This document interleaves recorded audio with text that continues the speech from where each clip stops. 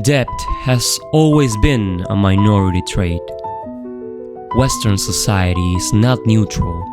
It promotes a very specific way of existing. Speaking easily, reacting quickly, being entertaining. These are treated as signs of confidence and even intelligence. Silence, by contrast, is often interpreted as absence, as discomfort, as a problem to be solved. Under that rule, silence looks suspicious, depth looks slow, and introspection is often mistaken for absence. So if you're quiet, perceptive, inward-oriented, the world subtly tells you something is wrong with you. But that judgment is not truth. A mind like this gets bored with empty conversations. And when that happens, the body wants to leave. Not because something is broken, but because it is wired for meaning. Small talk doesn't stimulate this kind of mind. It drains it, not out of arrogance, but out of mismatch. That is not a defect, that is a personality trait.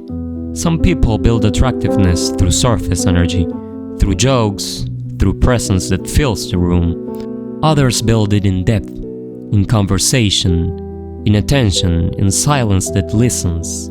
This is the second type. This kind of magnetism is not loud. It doesn't perform. It doesn't seek approval. It is the magnetism of calm presence, of someone who listens before speaking, who thinks before reacting, who does not need to prove existence. When someone appears on the same frequency, those conversations don't require effort. They flow naturally, without forcing words. So the solution is not self-modification. It is learning how to exist in the world without self-betrayal. No one is here to entertain others. Presence is enough. The real shift begins here. Self-evaluation must follow internal standards. Internal authority is not a feeling, it is a practice. The exit is not what do they think, the exit is what do you think. This type of person is perceptive, yes, perceiving more than speaking.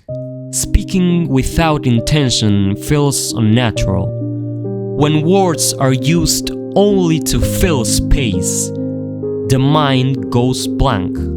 That does not mean coldness. It does not mean antisocial behavior. It does not mean emotional distance. It means selectivity. The shift required is simple but difficult. From self-control to self-permission. You are who you are before anyone looks, before interpretation begins. In that moment, existence is already complete. Other people's perception is not a mirror, it is a filter. Each person looks through a different lens. One sees maturity, another sees distance, another sees calm, another sees strangeness. None of these are truth. They are interpretations. Only one person has access to the inner struggles, the motivations, the emotional reality. That access grants authority. This is why no external judgment has the right to define identity. For a long time, a false assumption dominates, that silence in a loud group equals failure, but that assumption collapses under inspection. Each person lives in a different internal state. Synchronization is not a requirement. If seriousness appears, that is an internal rhythm. Silence also participates. In certain contexts, quiet observation is the natural state.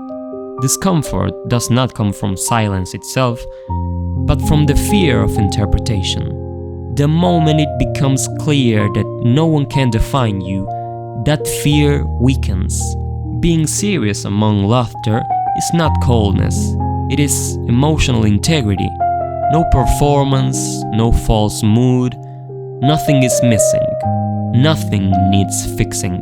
The struggle is not with personality, but with resistance to it. calm, perceptive, observant, listening, not built to function like everyone else, built to exist as it is. When a person hears for years, you need to socialize, you can't be like that, you don't talk enough, the hidden message is always the same. As you are, it's not acceptable. You need to be fixed. That message creates an internal split.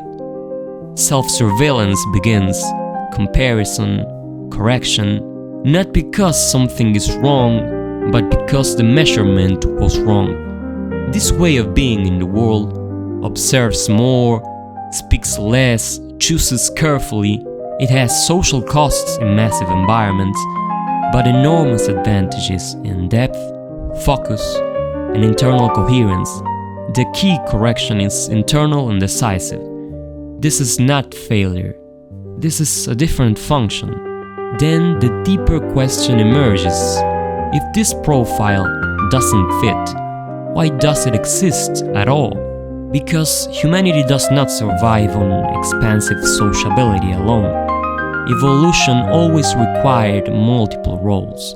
In early human groups, some spoke and bonded, others observed and planned, some stayed quiet and watched, some thought long-term. This disposition fits profiles like deep observer, internal processor, slow strategist, builder of meaning rather than noise. It never needed to be the majority. It needed to exist. So why does it feel like a flaw? Because a fish is being judged by its ability to run marathons. In the modern world, life happens in crowds. Normality is measured by its sociability. Well-being is confused with constant integration. So different collides with environment and difference feels like a defect. But here's the correction. Not everything that hurts is pathological.